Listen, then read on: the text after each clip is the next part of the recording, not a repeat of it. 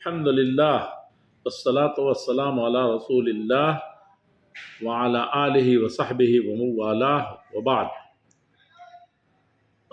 یہ سوال کہ غزوہ ہند کے سلسلے میں میری کیا رائے ہے یا اس کا صحیح مفہوم کیا ہے اور اس کی حقیقت کیا ہے، کیا ہونا چاہیے، تو میں اس مسئلے کو اللہ کی توفیق سے واضح کر دینا چاہتا ہوں کہ اس میں احادیث وارد ضرور ہیں اور متعدد صحابہ کرام سے ہیں، لیکن اس میں سے کسی حدیث کی تصحیح متقدمین میں سننے میں نہیں آئی، نہ دیکھنے میں آئی۔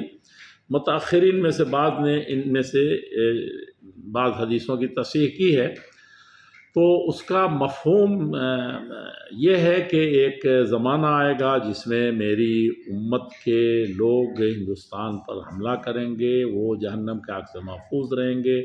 ایک دوسرا گروہ ہے جو عیسیٰ علیہ السلام کا ساتھ دے گا، وہ بھی جہنم کے آگ سے محفوظ رہے گا۔ تو اس پیشن گوئی کو اس وقت فتنے کے طور پر سنا ہے کہ بعض جہاز سے پیش ہو رہے ہیں۔ مجھے تو کبھی کسی میڈیا میں یا کہیں ایسی جگہ نظر مستند کتاب میں مستند مفتی کیا یہ چیز نظر نہیں آئی، ہندوستان میں تو بہرحال نہیں آئی، باہر کے حوالے سے لوگ کہہ رہے ہیں، تو وہ بالکل ہی غیر محل میں یہ بات کہی جا رہی ہے۔ ان حدیث سے استدلال کسی بھی طریقے سے اس طرح کے فتنے کے لیے صحیح نہیں ہے۔ اولاً یہ کہ حدیث کی صحت کا مسئلہ تھا، اس کو اگر صحیح مان لیا جائے تو یہ کہتے ہیں کہ ولید ابن عبد الملک کے زمانے میں یہ حملہ ہوا اور اس وقت راجہ داہر سے محمد بن قاسم کی فوجوں کا موج بھیڑ ہوا اور وہ معاملہ سب ساری دنیا جانتی ہے۔ اور اس کے بعد کی جو لڑائیاں ہیں بادشاہوں کی، راجاؤں کی، وہ ایک راجہ دوسرے راجہ پر جیسے چڑھ دوڑتا تھا، اسی طریقے سے ایک بادشاہ راجہ پر دوڑتا تھا اور راجہ بادشاہ کے خلاف لڑتا تھا۔ بسا اوقات ہندو راجہ آپس کی لڑائی میں مسلمان بادشاہ کو بلا لیتا تھا اور یہی اس کے برعکس تھا۔ تو یہ اس طرح کی لڑائیوں کو غزوہ ہند سے جوڑنا یہ بہت بڑی جسارت ہے اور کسی بھی طریقے سے صحیح نہیں ہے، یہ بات واضح ہونی چاہیے۔ دوسری چیز یہ ہے کہ اگر یہ حدیث صحیح ہے اور اس کی تناظر میں دیکھنا ہی ہے تو وہ واقعہ گزر چکا محمد بن قاسم کے زمانے میں۔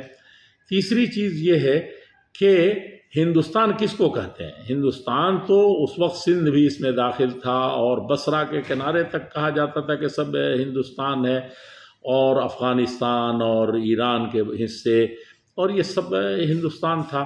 تو اب یہ بتائیے کہ موجودہ صورتحال میں جبکہ ایران ایک الگ ملک ہے، افغانستان ایک الگ ملک ہے، وہ بھی مسلم، یہ بھی مسلم، اور دوسرا پاکستان بھی ایک الگ ملک ہو گیا جو صمیم ہندوستان ہے، بلکہ ہندوستان میں موجودہ ہندوستان میں آنے کے لیے اصل راستہ پاکستان ہی ہے اگر عربوں کی طرف سے دیکھیں یا جس پیشن گوئی کی نظر میں روشنی میں کہا جا رہا، تو یہ کتنی محمل سی بات ہے۔ اور میں بہت واضح طور پر کہنا چاہتا ہوں کہ دو مسلم میں ہندوستان کے اٹوٹ حصے سے دو الگ حکومتیں جو بن گئی ہیں اس وقت، وہ دونوں ہندوستان کے خاص حصے ہیں۔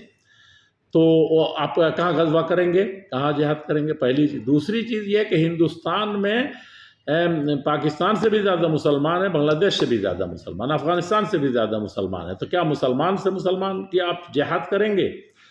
اور جہاد اگر ہے تو وہ تو کوئی مسلمان اگر کچھ کرتا ہے تو وہ غلط کام کرتا ہے تو اس کی بھی سرکوبی ہوتی ہے۔ تو یہ ساری چیزیں ہم کو مد نظر رکھتے ہوئے اس طرح کی فتنوں کی باتیں یہی نہیں کہ نہیں کرنی چاہیے، بلکہ حقیقت یہ ہے کہ اس کی مذمت ہونی چاہیے، اور اس طرح کا شوشہ چھوڑ کر کے کسی بھی ملک میں بدامنی پھیلانے کی کوشش کرنا، تشویش پیدا کرنا، یہ انتہائی درجے کی ناانصافی ہے۔ اور اس سے بڑی ناانصافی یہ ہے کہ پیارے رسول صلی اللہ علیہ وسلم کی پیاری پیشن گوئی اگر ان کے نزدیک صحیح ہے اور بعض روایتیں صحیح ہیں تو اس کو اس طرح سے فتنے کا بے محل استعمال کرنا اور تشویش پھیلانا، یہ جہاد کیا ہوگا، غزوہ کیا ہوگا، یہ سراپا فساد ہے، شورش ہے، جس کی مذمت ہونی چاہیے۔ اور اس کو کنڈم ہونا چاہیے. اس لیے ہندوستان کے چاہے باہر کے کسی بھی مستند عالم مفتی نے یا تنظیم نے یا شخص نے یہ بات میڈیا یا کسی بھی کتاب میں اس کو نہیں کہا ہے. یہ چیزیں مجھے سمجھ میں آئی. اللہ جل شانہ توفیق دے، فتن و فساد سے محفوظ فرمائے ہمارے پیارے وطن عزیز کو بھی، اور ہر طرح کے امن و شانتی اور محبت و یکجہتی کے ساتھ رہنے کی، اور قرآن و حدیث کو اس کے صحیح تناظر میں سمجھنے کی توفیق عطا فرمائے. السلام علیکم ورحمۃ اللہ وبرکاتہ.